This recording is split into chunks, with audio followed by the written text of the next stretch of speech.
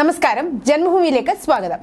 ചരിത്രപരമായ ഒരു സംഭവത്തിനായിരുന്നു ഈ കഴിഞ്ഞ ജൂൺ 4 സാക്ഷ്യം വഹിച്ചത്. ഇന്ത്യയുടെ ആദ്യത്തെ പ്രധാനമന്ത്രി ജവഹർലാൽ നെഹ്റുവിന് ശേഷം ആദ്യമായി ഒരു വ്യക്തി 3 തവണ തുടർച്ചയായി അധികാരത്തിലെത്തുന്ന കാഴ്ച ഭാരതം കണ്ടു. ഇന്ത്യക്ക് സ്വാതന്ത്ര്യം കിട്ടിയതുമായി ബന്ധപ്പെട്ട ചില പ്രത്യേക സാഹചര്യത്തിലായിരുന്നു നെഹ്റു 3 തവണ തുടർച്ചയായി അധികാരത്തിൽ എത്തിയതെങ്കിൽ ഇന്ത്യൻ ജനത തങ്ങളുടെ അവസ്ഥയിൽ നിന്നും ഒരു മാറ്റമുണ്ടാകണം എന്ന ആഗ്രഹത്തിന്റെ പേരിലാണ് നരേന്ദ്രമോദിക്ക് തുടർച്ചയായ 3ാം തവണയും അധികാരം കൈമാറിയത്.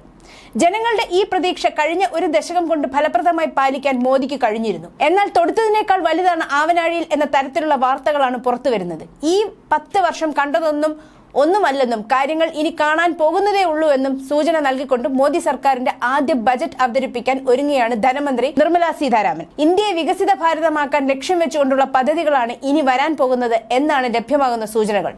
3ാം മോദി സർക്കാരിന്റെ ആദ്യ ബജറ്റ് ഈ വരുന്ന ജൂലൈ 23-നാണ് കേന്ദ്ര ധനമന്ത്രി നിർമ്മല സീതാരാമൻ പാർലമെന്റിൽ അവതരിപ്പിക്കുക.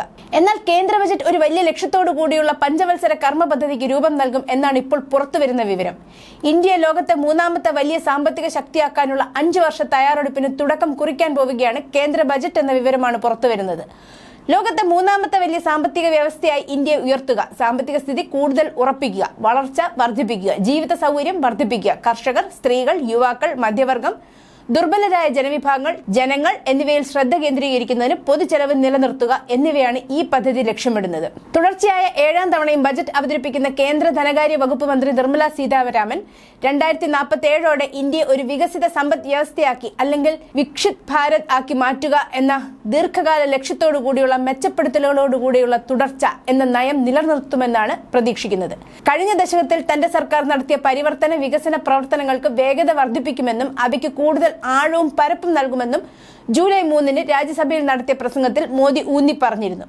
ദാരിദ്ര്യ നിർമ്മാർജ്ജനത്തിന് ബജറ്റ് മുൻഗണന നൽകും. അതുകൊണ്ടാണ് അടുത്ത 5 വർഷം ദാരിദ്ര്യത്തിനെതിരായ പോരാട്ടത്തിന്റെ നിർണായക വർഷങ്ങളാകുന്നത്. ദാരിദ്ര്യത്തിനെതിരായ ഈ പോരാട്ടത്തിൽ ഈ രാജ്യം വിജയിക്കും. കഴിഞ്ഞ 10 വർഷത്തിന്റെ അനുഭവത്തിന്റെ അടിസ്ഥാനത്തിൽ എനിക്ക് ആത്മവിശ്വാസത്തോടുകൂടി പറയാൻ കഴിയും, മോദി വ്യക്തമാക്കിയിരുന്നു.